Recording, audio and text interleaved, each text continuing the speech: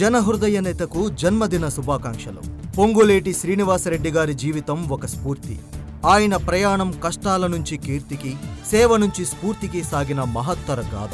చిన్ననాటి నుంచే కృషి, క్రమశిక్షణ, సంకల్పంతో జీవితాన్ని తీర్చిదిద్దుకున్న వినయశీలి.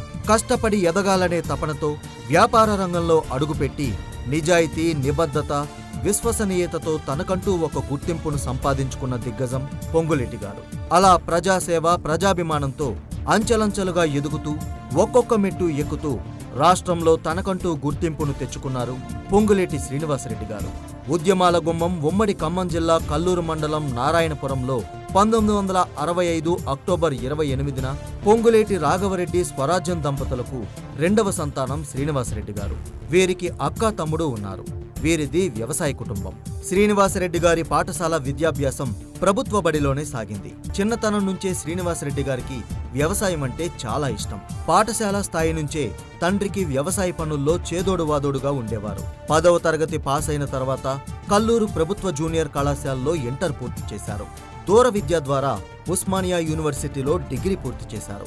1992 మే 8న మాధురి గారితో పొంగులేటి శ్రీనివాసరెడ్డి గారి వివాహం జరిగింది. వీరికి ఒక కుమారుడు హర్షారెడ్డి, ఒక కుమార్తె సప్నిరెడ్డి ఉన్నారు. ప్రజలపై ఆయనకు ఎనలేని నమ్మకం. ఆయన ఎప్పుడూ ప్రజలతోనే మమేకం. ప్రజలంటే గౌరవం, విశ్వాసం. రాజకీయాలకు అతీతంగా ఎందరో అభిమానులు. ఎక్కడ ఏ ఇంట్లో ఏ కార్యం జరిగినా ముందుంటారు.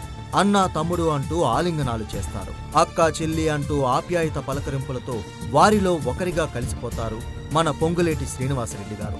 ఒకవైపు బిజినెస్, మరోవైపు పిఎస్ఆర్ ట్రస్ట్ ద్వారా ముఖ్యంగా ప్రభుత్వ పాఠశాలలో చదివే వందలాది మంది పేద విద్యార్థులకు ఉచితంగా సైకిళ్లు, స్కూళ్లలో మౌలిక సదుపాయాలు వంటి సేవా కార్యక్రమాలతో ముందుకు సాగిపోతూ ప్రజల మనస్సుల్లో చెరగని ముద్ర వేసుకున్నారు పొంగులేటి శ్రీనివాసరెడ్డి గారు. ప్రజల మధ్య జీవించాలి, ప్రజల కోసం శ్రమించాలి, ప్రజాసేవ కోసం ఎందాకైనా ప్రయాణించాలని సంకల్పించారు. రాజకీయాల్లో క్రియాశీలకంగా పనిచేయాలని శ్రీనివాసరెడ్డి గారు నిర్ణయించుకున్నారు.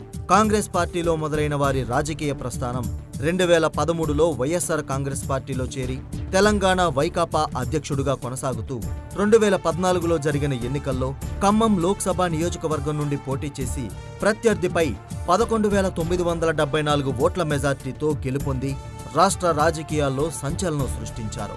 ఒక నాయకుడిగా కాకుండా ఒక కుటుంబ సభ్యుడిగా ప్రజల హృదయాల్లో స్థానం సంపాదించారు పొంగులేటి శ్రీనివాసరెడ్డి గారు. సామాజిక సేవ నుండి ప్రజాసేవకు మారిన ఆయన తత్వం మాత్రం ఒకటే. ప్రజా సమస్యలను తెలుసుకోవడం ఆయనకు అలవాటు. పరిష్కారాలు చూపడం ఆయన లక్ష్యం. సంక్షోభ సమయంలో స్థిరంగా నిలబడగల దృఢత్వం, విజయాలు వచ్చినప్పుడు వినమ్రంగా ఉండగల సౌమ్యత ఆయన నాయకత్వానికి పునాదిరాళ్లు.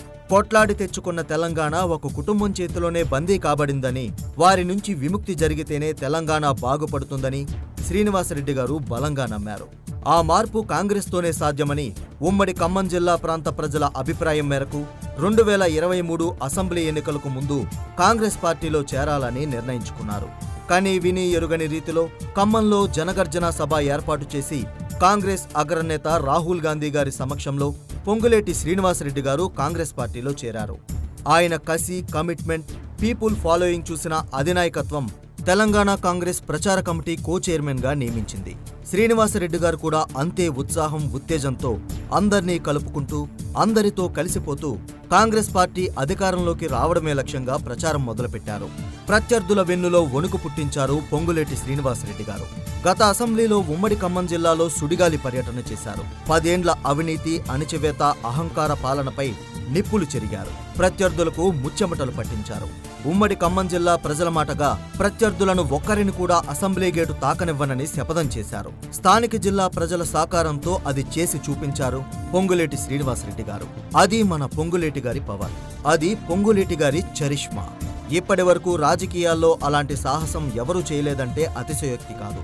భవిష్యత్తులో ఎవరైనా చేస్తారన్న నమ్మకం కూడా లేదు. ఇంకా ఏం కావాలి ఇంతకంటే? ఒక వ్యక్తికి ఉన్న శక్తి ఎంతో తెలుసుకోవడానికి. గత 10 ఏండ్ల పాలనను పాతరవేయడంలో, కాంగ్రెస్ పార్టీ విజయం సాధించడంలో కీలక పాత్ర పోషించిన పొంగులేటి గారి సేవలను అధినాయకత్వం గుర్తించింది. గౌరవ ముఖ్యమంత్రి రేవంత్ రెడ్డి గారు, రాష్ట్ర కాంగ్రెస్ పెద్దల సహకారంతో ప్రజాపాలనలో మంత్రిగా కీలక బాధ్యతలను అప్పగించింది. వచ్చిన అవకాశాన్ని ప్రజాసేవే పరమావధిగా భావిస్తూ అన్ని వర్గాల ప్రజలకు అభివృద్ధి సంక్షేమ ఫలాలు అందించడంలో వారధిగా మంత్రి పొంగులేటి శ్రీనివాసరెడ్డి గారు ముందుకు సాగిపోతున్నారు. రెవెన్యూ, గృహ నిర్మాణ శాఖ మంత్రిగా రాష్ట్ర నలుమూలలా పర్యటిస్తున్నారు. రాష్ట్ర ప్రభుత్వం ఎంతో ప్రతిష్టాత్మకంగా చేపట్టిన ఇందిరమ్మ ఇండ్ల నిర్మాణ శాఖ మంత్రిగా సమర్థవంతంగా, విజయవంతంగా నడిపిస్తున్నారు. పల్లె పల్లె తిరుగుతూ లబ్ధిదారులకు మంజూరు పత్రాలను అందిస్తున్నారు. పేదల సొంతింటి కలను సాకారం చేస్తూ ముందుకు సాగుతున్నారు మంత్రి పొంగులేటి శ్రీనివాసరెడ్డి గారు.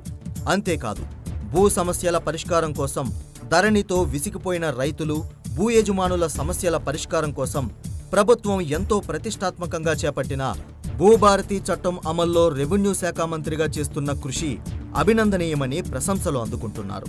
ఒకవైపు రాష్ట్రం, మరోవైపు తనను నమ్ముకున్న ప్రజల కోసం ప్రతిరోజు ప్రజల మధ్యలోనే ఉంటారు మంత్రి పొంగులేటి శ్రీనివాసరెడ్డి గారు. గత అసెంబ్లీ ఎన్నికల కథనరంగాన కలబడి నిలబడి తనను గెలిపించిన పాలేరు ప్రజల రుణం తీర్చుకుంటున్నారు. 10 ఏళ్ల పాలనలో అభివృద్ధికి ఆమడ దూరంలో ఉన్న పాలేరు నియోజకవర్గాన్ని ప్రగతి పదంలో నడిపిస్తున్నారు. నియోజకవర్గంలోని ప్రత్యర్థులు నివ్వెరపోయేలా వేల కోట్ల నిధులతో ఊరూరా రోడ్లు, డ్రైనేజీల నిర్మాణం చేయిస్తున్నారు. మౌలిక సదుపాయాలను కల్పిస్తున్నారు. ఉపాధి కల్పనకు కృషి చేస్తున్నారు.